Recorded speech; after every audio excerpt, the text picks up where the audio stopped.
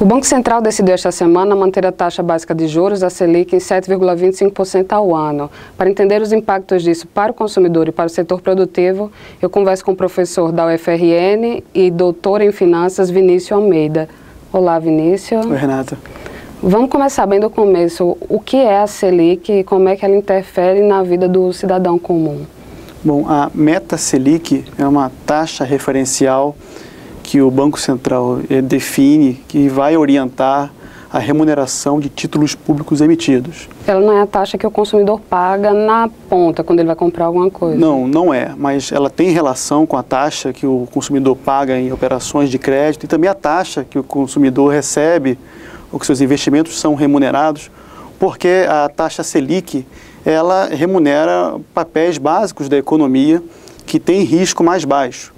Então, para haver equilíbrio entre a taxa que remunera os papéis mais básicos e as taxas das demais operações bancárias, sejam elas de aplicação ou de captação, há alterações também nas taxas aplicadas ao consumidor quando muda alguma coisa na Selic. É por isso que, geralmente, quando a taxa Selic cai, os bancos se apressam em anunciar reduções às taxas de juros, né, ao consumidor. Sim, porque se o custo de captação para o banco muda e cai, o banco também pode cobrar um pouco menos dos consumidores. Agora, esta semana, Vinícius, o Banco Central decidiu manter a taxa, né? Atendeu aí a expectativa do mercado. O consumidor deve torcer para que essa taxa aumente ou para que ela diminua? Eu pergunto porque a Selic passou a influenciar a variação da caderneta de poupança, né? Se ela cai, a poupança rende menos. Como é que é essa relação? O que é que o consumidor pode esperar, o poupador?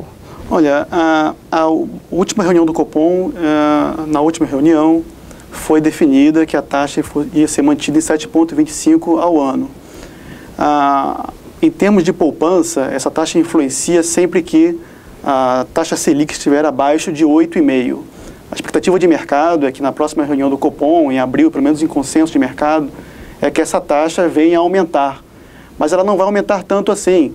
O consenso de mercado para o Banco Central, que é uma coleta que é feita periodicamente e vai para um boletim chamado Focus, é de que ao final do ano essa meta Selic esteja em aproximadamente 7,75% ao ano e que ao final de 2014 essa taxa vai estar no máximo a 8,25% ao ano, o que é abaixo ainda dos 8,5%, que é onde vai ter influência para o efeito de rendimento de poupança. Em relação à alternativa do investidor, ou se ele deve torcer para alta ou queda da taxa, a minha opinião é que ele deve torcer sempre pela queda dessa taxa.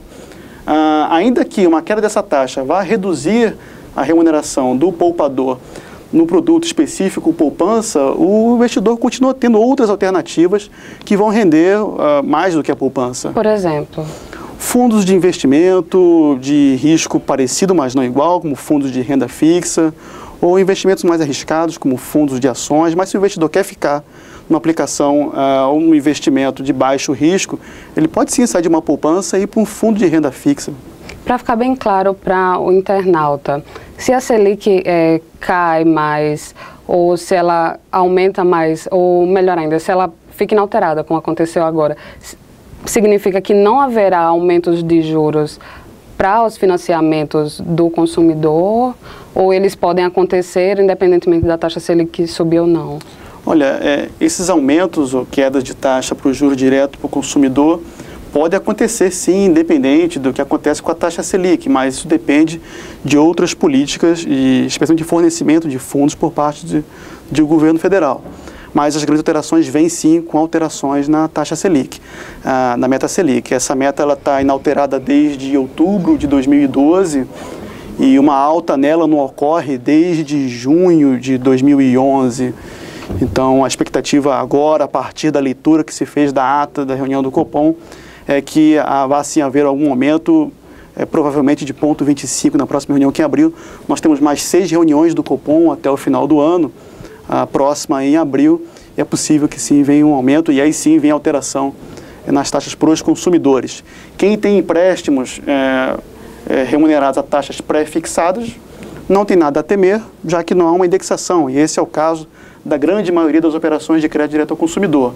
Agora, quem tem alguma operação cuja remuneração esteja atrelada a algum índice variável, que são raros para o consumidor final, aí sim deve esperar algum aumento, mas vai ser pequeno, já que a expectativa é de 7,75 ao final do ano. Representantes da indústria e do comércio reagiram positivamente à decisão do Copom de manter a Selic, e eles cobram que essas condições sejam mantidas ou que a taxa caia ainda mais. Como é que essa taxa influencia os investimentos do setor, considerando o contexto que a gente vive hoje, que é de baixo crescimento econômico? Esse é um problema que o governo federal está vivendo, com certeza é um dilema, porque o Banco Central não consegue cumprir as suas metas de inflação, e esse é o principal papel do Banco Central, há 3 anos. Há 3 anos a meta é 4,5% ao ano de inflação e não consegue cumprir. Uma medida óbvia de você conseguir atingir a sua meta de inflação é aumentar a meta Selic e desaquecer um pouco a economia. Ocorre que a nossa economia já está um pouco desaquecida. Então, o Banco Central aparentemente também não vai cumprir esse ano essa meta. É isso, pelo menos, que o mercado está pensando, embora esteja muito cedo no ano ainda. Em relação ao setor produtivo, é preocupante porque, da mesma forma como afeta a taxa para o consumidor, afeta também a taxa para o setor produtivo. E no setor produtivo nós temos sim mais empréstimos vinculados a remunerações variáveis, né? Então, se a taxa é maior para o setor produtivo, ele vai tomar menos dinheiro emprestado, tomando menos dinheiro emprestado, vai investir menos. Isso é ruim, com certeza. O governo pode, então, dar um tiro no pé se essa taxa aumentar daqui até dezembro, considerando que a economia vem caminhando no ritmo mais lento? É o dilema, porque o tiro no pé pode ser dado com o aumento da taxa, da meta Selic e com a diminuição de investimentos, ou então com a manutenção ou queda dessa meta Selic e um descontrole em termos da valorização da nossa moeda. Então, são 2 problemas. Na expectativa que há de mercado, vai haver sim um pequeno aumento, tanto em 2013 como em 2014, me parece realmente o mais provável. Ok, Vinícius, obrigada pela entrevista. Ok, obrigado, Renata.